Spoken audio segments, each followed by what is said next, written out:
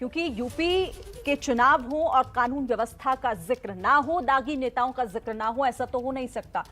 लेकिन ऐसा लग रहा है जिस तरीके से वार पलटवार और एक दूसरे के दाग अच्छे हैं या किसके बुरे हैं ये गिनाए जा रहे हैं, लग रहा है कि इस बार अब इन्हीं पर राजनीति आगे बढ़ेगी। चुनावों में ये मुद्दा बहुत ज्यादा गर्माता दिखाई दे रहा है।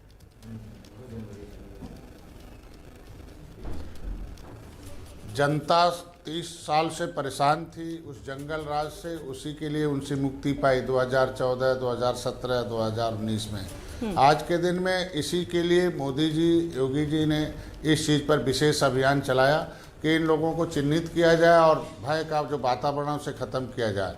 और आज के दिन में देखने को भी मिल रहा है कि जनता जो है इस चीज़ों को ध्यान में देखी कि भाई किस तरीके से अमन चमन पर सड़क पर निकलकर काम कर रही है, किस तरीके से पहले हिंदू मुसलमान जो है दंगे होते थे वो कम से कम, मैं 2 साल से भारतीय जनता पार्टी के साथ हूँ, वो ख़त्म हो गया है। पिछली सरकारों ने किस तरीके से उस पर दंगा भड़काने, दंगा बढ़ता रहे, उस पर काम करती रहें। धारा 370 ख़त्म होते ही दंगा ख़त्म हो गया, राम मंदिर बनते ही सब कुछ ख़त्म हो गया। किस तरीके से चलता था, गोलियां चलती थीं। हम तो खुद ही कहेंगे कि कैसे अपराधी होते हैं, कैसे बनाए जाते हैं। कि 7 जून 2015 को मैं रेल का सरवल कांड पर मैं एक आंदोलन कर रहा था। उस समय राजस्थान में भी आंदोलन चल रहा था गुर्जर, और वहाँ जो है एक महीने से आंदोलन था, रेल पटरी भी उखाड़ दी गई थी और 1 महीने से तांडव। हमारे यहाँ शांतिपूर्वक हम लोग आंदोलन कर रहे थे और वहाँ गोली चला दी पिछली समाजवादी पार्टी सरकार ने।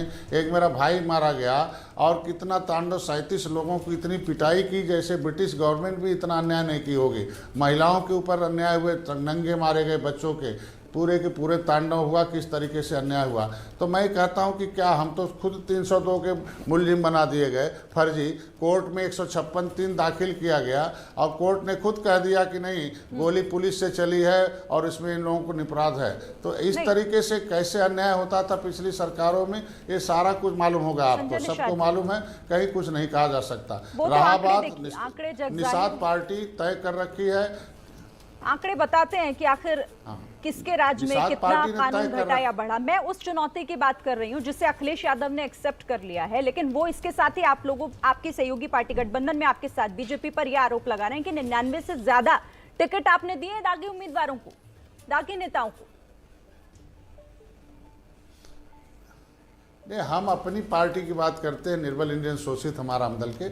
हमने तय कर रखा कि सब अच्छी छवि, जो साफ सुथरी छवि के होंगे, हमारे कार्यकर्ताओं के, बीजेपी के कार्यकर्ताओं के, जनता के पसंद होंगे और उनके साथ बिना भेदभाव के काम करने का उनके अंदर मंशा होगी। ऐसे लोगों को कोशिश करके टिकट दिया जाएगा। आने के लिए तो बहुत लोग आए और गए, लेकिन टिकट उन्हीं को दिया जाएगा जिनकी छवि होगी और साफ सुथरी होगी। भारतीय जनता पार्टी ने भी ये पैमाना तय किया है। आए थे हमारे पास भी बहुत लोग, लेकिन हमने मना कर दिया, ऐसे लोगों को नहीं। भारतीय जनता पार्टी ने भी कहा भाई हम लोग इस बार मिलकर चुनाव लड़ेंगे और जो अच्छी साफ सुथरी सबका होगा उसी को हम लोग टिकट देंगे, उन्हें हम लोग सदन में लेके जाएंगे। एक भय का वातावरण जो है वो खत्म किया गया है, उसे फिर से कायम किया जाएगा और आगे इस तरीके से साफ सुथरी छवि की सरकार 2022 में बनाई जाएगी। चलिए, आप भी एक दावा ही कर रहे हैं संजय निषाद जी। चलिए ठीक है। अच्छा, मैं आपसे एक बात जानना चाहती हूँ, क्योंकि ये सभी यूपी की जनता और जो आप लोगों की तरफ देख रहे हैं वो भी जानना चाहते हैं, आपके परिवार का मसला सुलझा या नहीं। मैं टिकट्स की बात कर रही हूँ, टिकट बंटवारे की। मामला अभी भी फंसा हुआ है क्योंकि ऐलान तो अभी तक नहीं हुआ, देरी हो रही है। नहीं, अब पहले ऐलान हो चुका। मैंने पहले भी कह रखा कि पहले, दूसरे, तीसरे चरण में हमारे प्रत्याशी नहीं हैं। हमारा संगठन है, भारतीय जनता पार्टी को सहयोग कर रहा है, चौथे, पाँचवें, छठवें, सातवें चरण में है। और धीरे धीरे चूँकि जब 2 दल इकट्ठे होते हैं तो दोनों दलों की एक अपेक्षाएं होती हैं लड़ने की, तो उसे सामंजस्य बैठाने में थोड़ी समय लगता है। सब हो चुका, कहीं कोई पेच नहीं है। अब सूची आज से शुरू हो गई है चौथे, पाँचवें, छठवें चरण की, और धीरे धीरे सारे कुछ सामने आ जाएंगे। कहीं कोई हम लोगों का आपस में तो फिर देरी क्यों इस बात के ऐलान में कि निषाद पार्टी इस गठबंधन में रहकर कितनी सीटों पर चुनाव लड़ रही है, इसमें क्यों देरी हो रही है? नहीं, वो सब तय होगा। पहला प्राथमिकता था कि निषाद कैसे लड़ेगा, निषाद कैसे सदन में पहुंचेगा।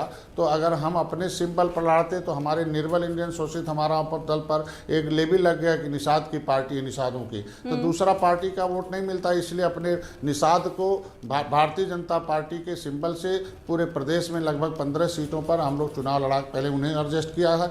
अब निषाद पार्टी के सिंबल पर भारतीय और लोग जो हमारे प्रत्याशी उनका सर्वे चल रहा, चूँकि भारतीय जनता पार्टी का पैनल बड़ा है और हम लोगों ने तय किया कि दोनों भाई मिलकर जो अच्छी छवि सुधरी होगी, जिनको दोनों दलों के लोग पसंद करते हों, ऐसे लोगों को लड़ाया जाएगा। तो थोड़ा उसमें समय लगता है, समय कहाँ, अब आज से शुरू हो गया है और देखिएगा जारी हो जाएगा। लगभग हमने बताया कि 1.5 दर्जन के आसपास सीटें हैं जिस पर हम लड़ेंगे और ज़्यादातर 80% सीटों पर निषाद पार्टी अपने भोजन भरी थाली में लड़ेगी। 2, 4, 5 सीटें ऐसी होंगी। अच्छा चलिए, एक आखिरी सवाल मैं आपसे जानना चाहती हूँ, क्योंकि आप कह रहे हैं कि हम साथ हैं, सारी चीजें, सारे पेच, कोई फंसा हुआ नहीं है, जल्दी इस बात का ऐलान हो जाएगा। अच्छा मुझे बताइए कि समुदाय आपके साथ है, जिस निषाद समाज की आप बात करते हैं, जिनकी राजनीति आप करते हैं, वो साथ है आपके? क्योंकि आरक्षण की जो मांग थी वो तो पूरी अब तक हुई नहीं है, ना ही उसका जिक्र हो रहा है।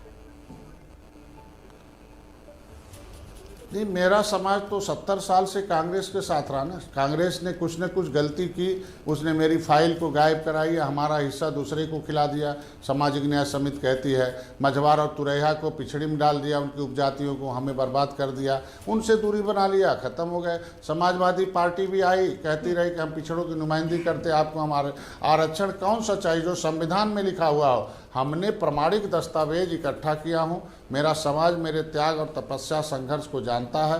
प्रमाणिक दस्तावेज मैंने इकट्ठा किया और प्रमाण पत्र भी मैं ही दिलवाऊंगा। लेकिन अभी हमारे समाज ने तय कर लिया है, हमें लागू के साथ लाभ भी चाहिए। 23% अनुसूचित जात का हक है, लेकिन लाभ किसे मिलता? केवल हाथी वालों को, बाकी को नहीं मिलता ना। तो हम लोगों ने तय किया, हमारे समाज के लोग, कि हम आरक्षण भी लेंगे और सत्ता में भागीदारी लेंगे, लागू भी कराएंगे, लाभ भी होंगे। उसके लिए पूरा हो जाने दीजिए। भारतीय जनता पार्टी ने, उन्हें धन्यवाद दूंगा कि जिस अधिकारी ने हमारी फाइलों को डिस्टर्ब किया था उसे हटा दिया, फिर यहाँ से लिखवा के RGI में भिजवाया, registrar general of census of India. उसके बाद 4 बार मीटिंग कराई माननीय अमित शाह जी ने, उसने एक्सेप्ट किया कि केवट, मल्लाह, माझी, मुजाविर, राजगौर, मझवार की पर्यायवाची जातियाँ हमारे यहाँ प्रिंटेड है, राष्ट्रपति से नोटिफिकेशन है, इनका नाम पिछड़ में डालना अन्याय है। और सामाजिक न्याय मंत्रालय को उसने लिख दिया, क्योंकि आचार संहिता लग रहा है। 2 साल से भारतीय जनता पार्टी के साथ नाराजगी दिखाई दी। वो उम्मीद कर रहे थे कि आखिर आरक्षण को लेकर कुछ कहा जाएगा, नहीं कहा गया और उसकी नाराजगी वहां पर देखने को मिली थी। बहरहाल